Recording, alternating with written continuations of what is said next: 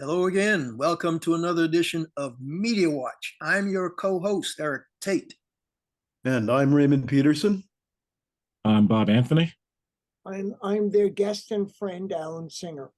Thanks again for joining us, Dr. Alan Singer, educator, historian, and one of our great resource persons. And this is being brought to you by the good graces of EVT Educational Productions, Zoom, and at some point it'll show up on Manhattan Neighborhood Network on their community channel number 1 and their HD channel 1995 in the New York metro area. Keep your eye peeled for it in November. Okay. I was just going to say we're actually recording on October 24th for those who want the perspective. This is a Tuesday, which is earlier than we normally record, but things being what they are, we're just going to have to try to put this stuff in perspective. And the elephant straddling the globe, of course, is the Israeli-Hamas conflict that's gobbling up all the ether across the globe. And I saw a thing where HBO talk show John Oliver was calling out the outrageous rhetoric, the stuff, the people going over the top to the point because emotions are running so high. And so, Alan, as a historian, educator, you have a better way of putting stuff in perspective for us, but you did post something on one of your blogs that I think you should talk to us about.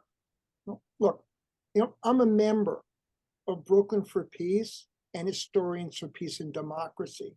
And these two groups denounced the Hamas murders and the capture of Israeli civilians as hostages. But they are also calling for immediate ceasefire in the region and expanded discussion of Israel's role as an occupying power. Now, we've all seen the horrifying images and videos posted online of the massacre of over 1,400 Israelis on October 7th.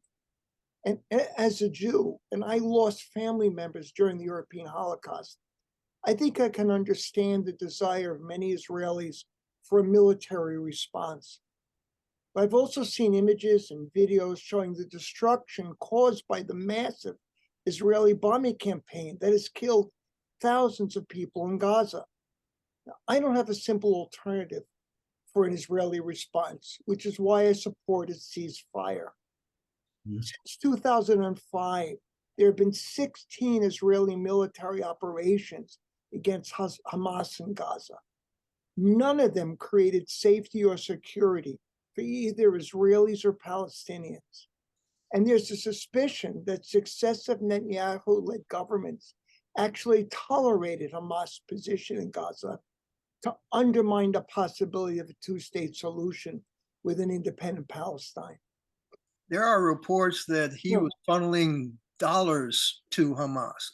I haven't seen. I was just going to ask about that. I don't like talking about rumors, but there were a series of headlines about people calling him out for funneling funds to Hamas to undermine the Palestinian Liberation Authority.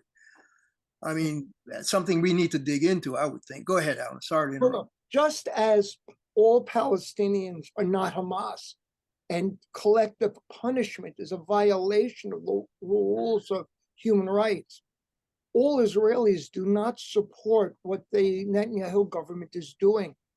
And there's been reports of peace groups in Israel who are calling for that ceasefire as well, so that things can be sorted out.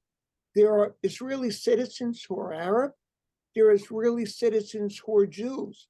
And to oppose Israeli policy does not make you anti-Semitic, either in Israel or the United States.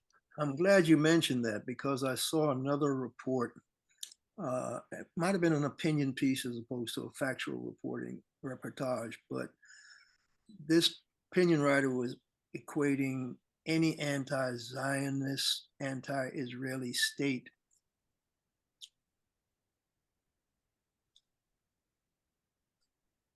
any opposition to Israel's stance As anti-Semitic, being correct. criticized as anti-Semitic, anti-Zionist, and what have you? It was And labeled the new anti-Semitism that's exactly, green lit across Yeah. the globe. And what you're saying, Alan, is that there needs to be reasoned discussion about Israeli state policies that are antithetical to peace in the region, maybe deliberately so on Netanyahu's side, as his way of staying in power by appealing to his hard right religious government. Is that part of what's going on? I think very much so. Bob, didn't you have that statement by Barack Obama that we were talking about earlier? Again, Yeah. I think it was really good. Yeah, it's one of the handful of thoughtful pieces I've seen in the last few days. Thomas Friedman over at the Times has a few. He's been read a lot, and Barack Obama had a very thoughtful piece on Medium. It's easy to Google and find, but let me just pull out a couple quotes because he says exactly what you're saying. You can be critical of the process that the Israelis are using right now without being anti-Semite. And again, It's okay to have an opinion. And Now, so let me pull it Obama's- up. See if you can find the actual piece in Yeah, quote. I have the quote in front of me. I won't do the whole thing, but this quote was interesting. Excuse me. That means actively opposing anti-Semitism in all its forms, everywhere. It means rejecting efforts to minimize the terrible tragedy that the Israeli people have just endured, as well as the morally bankrupt suggestion that any cause can somehow justify the deliberate slaughter of innocent people. Very good point. Next graph, it means rejecting anti-Muslim, anti-Arab, or anti-Palestinian sentiment. It means refusing to lump all Palestinians with Hamas, excuse me, or other terrorist groups. It means guarding against dehumanizing language towards the people of Gaza or downplaying Palestinian suffering, whether in Gaza or the West Bank, as irrelevant or illegitimate. It's a very good piece, very thoughtful piece. And I'm going to take a drink while you discuss this. Interestingly enough, there was a piece that Keith Harari texted to me that was written by, I want to say, Doug Feigh, F-E-I-G-H, who used to be in Obama's administration. He's now with some institute. But he basically was saying Hamas is basically in a desperate position in that too many other Arab states have been normalizing relations with Israel.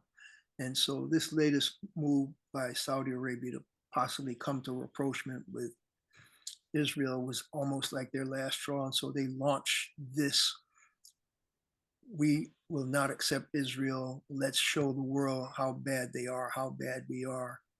Barbaric strike.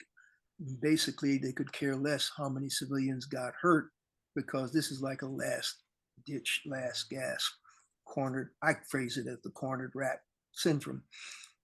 And because they have a history, and this is what he's marking in his piece, of putting all their military stuff, embedding it behind civilians, hospitals and churches, synagogues, you name it, that's where they launch their attacks from, which Israelis have said and other people have documented, including reporters,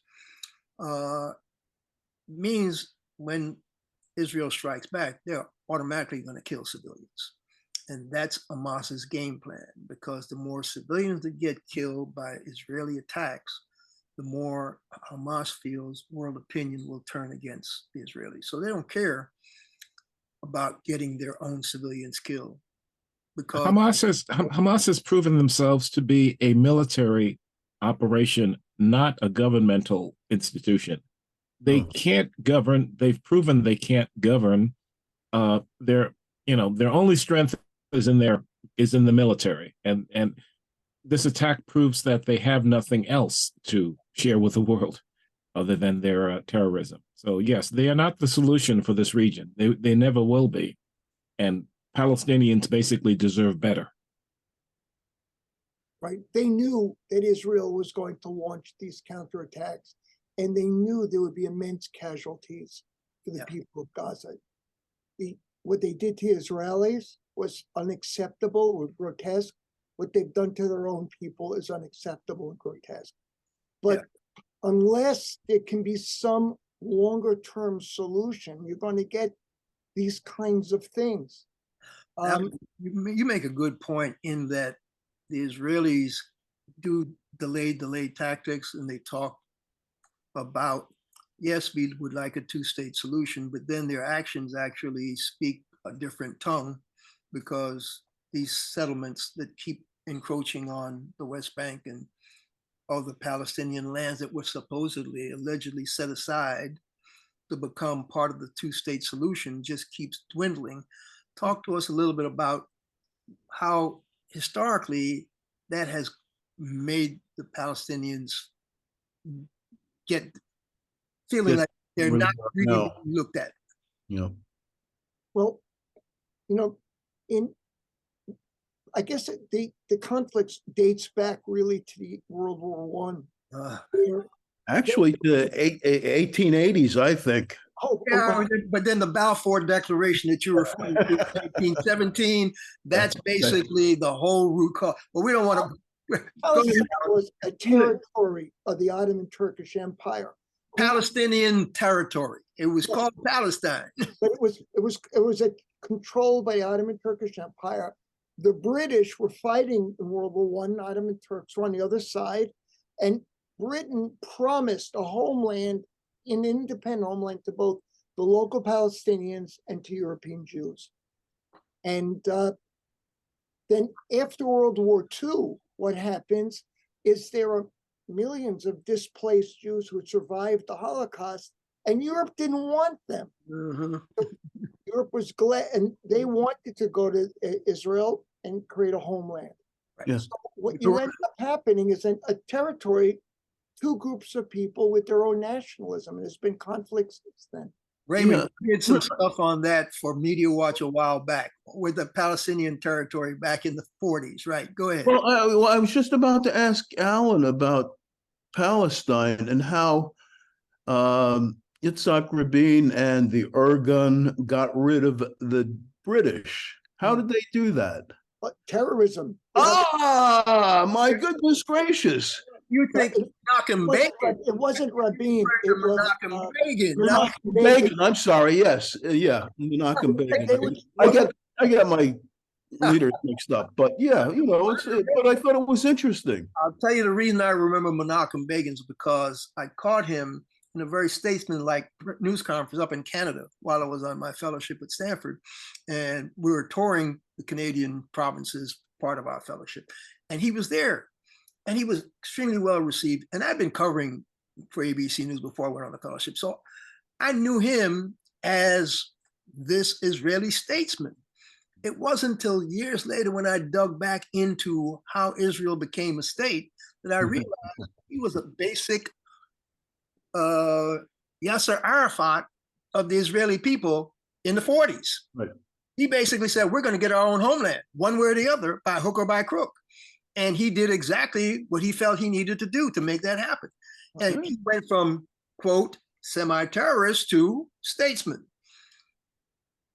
Yasser Arafat had the opportunity to go from, quote, terrorist to statesman when he was with Yitzhak Rabin and Bill Clinton in 1995 at whatever those, I don't know, that Camp David Accord, you had a gazillion different meetings. Oh, Oslo. But they were this close to coming up with a two-state solution, and Rabin was willing to go down that road, it seemed like, correct?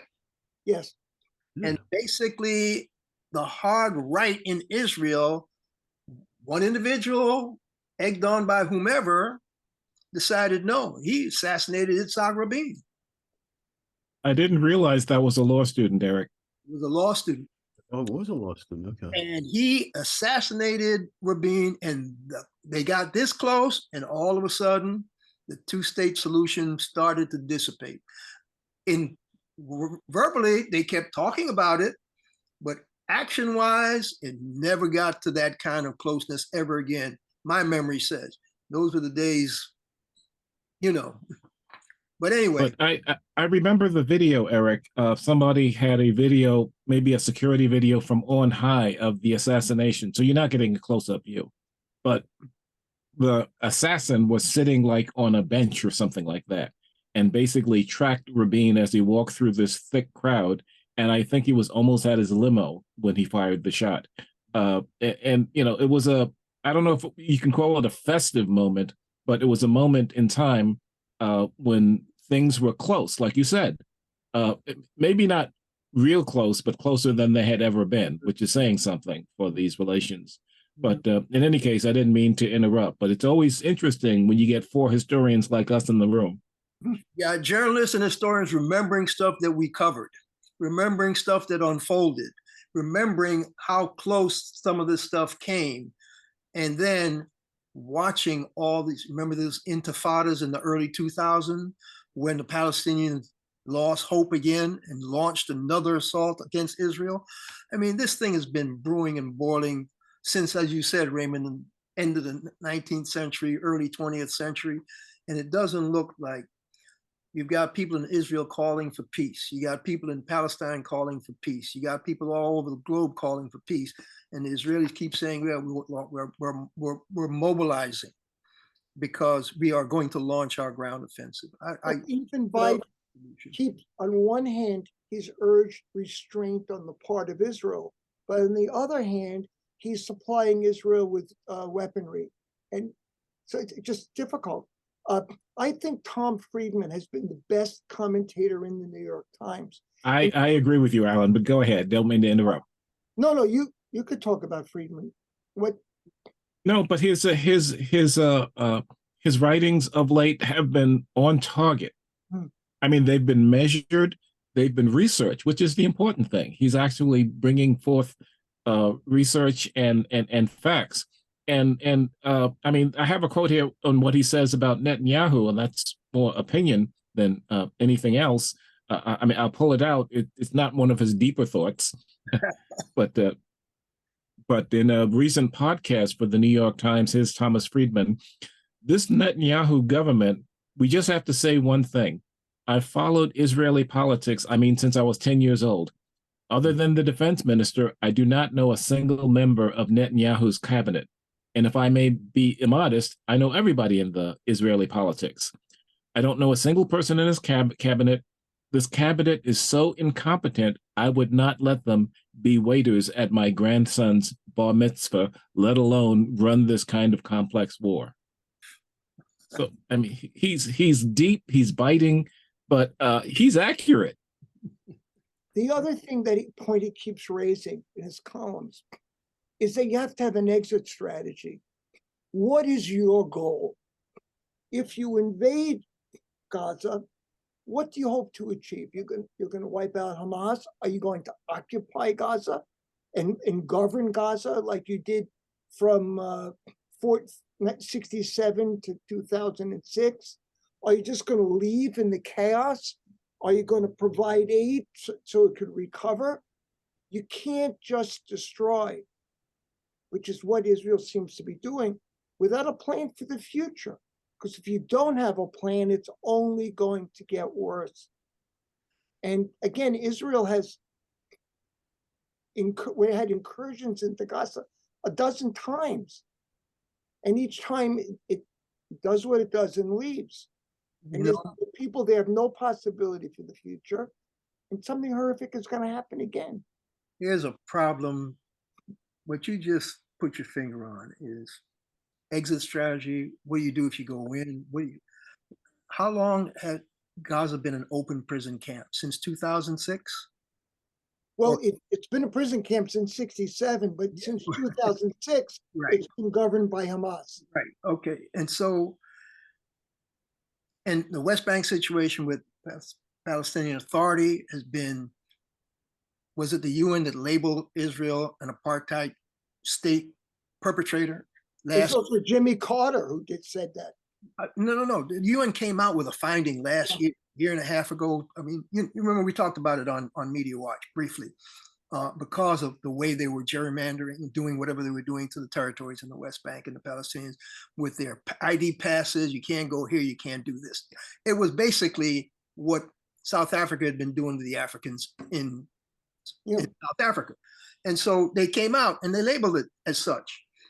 And so the Palestinians basically have been off the radar for a long time. And I say that because I went back so I could put things in perspective. And the 10 crisis areas that the International Rescue Committee lists every year, of the 10, the Palestinians and Gaza didn't make the top 10. Okay. You had Yemen, you had Syria, you had Haiti, you had Ukraine, you had all of these other conflicts, Democratic Republic of Congo, South Sudan, all these places with all these conflicts going on, all these refugee crises, all this stuff. And the top 10, Gaza and Palestinians didn't make the top 10. And so when I say this has been festering for so long that those Palestinians probably have been put down in a forgotten phase or whatever, that's part of the problem of why we are where we are right now. I don't know how much time we have left, but I do know that there needs to be a comprehensive look at that region by not just the United Nations, but by all these Western powers that initially caused the problem, Britain, United States, France, whomever. They all need to decide they need to take a different look at this and come to it with a different approach, because what's been happening has not worked. And even though they're all mouthing two-state solutions, that's not what's on the ground. That's not what's happening. And I don't want we have about 5 minutes, but go ahead. Point fingers. I don't want to blame anybody per se. And yes, we definitely condemn in no uncertain terms the atrocity that Hamas perpetrated on October 7th. I believe it was October 7th. But they got to deal with that situation on an even-handed, much better keel than they have been, in my humble opinion. And we need to segue to the chaos that's happening in our country. Raymond, talk to us about. Well, as you said, Fani Willis is 4 for 4 down in Georgia. She's gotten 4 convictions. And No, not convictions. Not convictions, but she prosecuted. Well, But she's got people, the thing is that she's got people coming forth and spilling guts. 4 for 4. Okay, talk to us about the 4 for 4. What? Yeah, no. Now I lost that track. What is the 4 for 4? Well, we got the guy who was with Sidney Powell as her right-hand muscle guy, Scott Hall or something to that effect. I forget his last name. You guys might be able to call it up. He took the first plea deal. And then Sidney Powell said, oh, I think he's got a great idea, right? Wasn't Sidney Powell? No. I think Cheesebro. Was Cheesebro number 2? Yes. Scott Hall. Yeah. The bondsman. And right. That's why I call him Sidney Powell's muscle, the bail's bond. and one today, I believe, as we're taping. Was it? Oh, really? Sidney Powell was number 2. Cheesebro was number 2, and Sidney Powell was number 3. And then there is this woman named something Ellis. Yes, Jenna Ellis. Is it Jenna? Yes, it's Jenna Ellis. Jenna Yeah. Ellis, yes, another 3 lawyers and 1 bail's bondman, right? Yes. bail bondsman. Yeah. What the heck? Yeah, as you say, he was Trump's muscle. No. What's her name? Powell, Sidney Powell's muscle, because he went to help confiscate the voting machines up in that northern county in Georgia. Trump also had a bad one in New York today, because Michael Cohen, his former legal enforcer, testified against him and documented the fraud that Trump was involved in. According to Cohen, and this is amazing, Trump went to Cohen and his accountant and said, This is the evaluation, financial evaluation I need you to come up with. So Hold on, juggle ahead of time. I want you to come up with this number. with this number, Oh, juggle the books to do it, but that Trump gave them specific instructions. They said Trump just sat there scowling at him. Yes, he did it in Trump's face. I think he said that Trump asked him to reverse program or something like that. The filing so that it looked like there was more there than there was. And we have about 2 minutes left. well, that's interesting in that there he is, and all his henchmen are now taking pleas, and former henchmen testifying against him. But he's still pulling the strings on the GOP in the House because he just torpedoed this guy, Emmer. What's his name? Tom Emmer? Is it Thomas Emmer? Some guy from Minnesota or Wisconsin, somewhere in the Midwest, that was supposed to be their Tom Emmer, yes, correct. Tom Emmer. And From Minnesota, I believe. Yeah, he said, oh, I don't like this guy. And Emmer was one of the few of their candidates who had actually voted to certify the election. So I guess that's why Donald Trump didn't want him as speaker. What do you think, guys? You think that may be the reason? That's Trump said probably, that out loud. He said, this guy doesn't respect the power of my endorsement. Something, I'm paraphrasing, but something to that effect. All right. So, hey, Fani is 4 for 4. It looks like Letitia James and her civil suit might be getting a really good boost from Michael Cohen. The Republicans are 0 for 4, but go ahead. 0 for 4. Yes, yes. Anyway, that being said, things are looking up for our democracy, maybe based on some of these court shenanigans that's been going on. And I think with that, we're probably out of time, right, guys? This has been Media Watch. I'm your co-host, Eric Tait. I'm Raymond Peterson. I'm Bob Anthony. Catch up to us on YouTube at Media Watch EVT. And I'm the guest and friend, Alan Singer. Thank you for having me. Thanks again for joining us, Dr. Singer. And folks, we'll catch you the next time. Stay safe.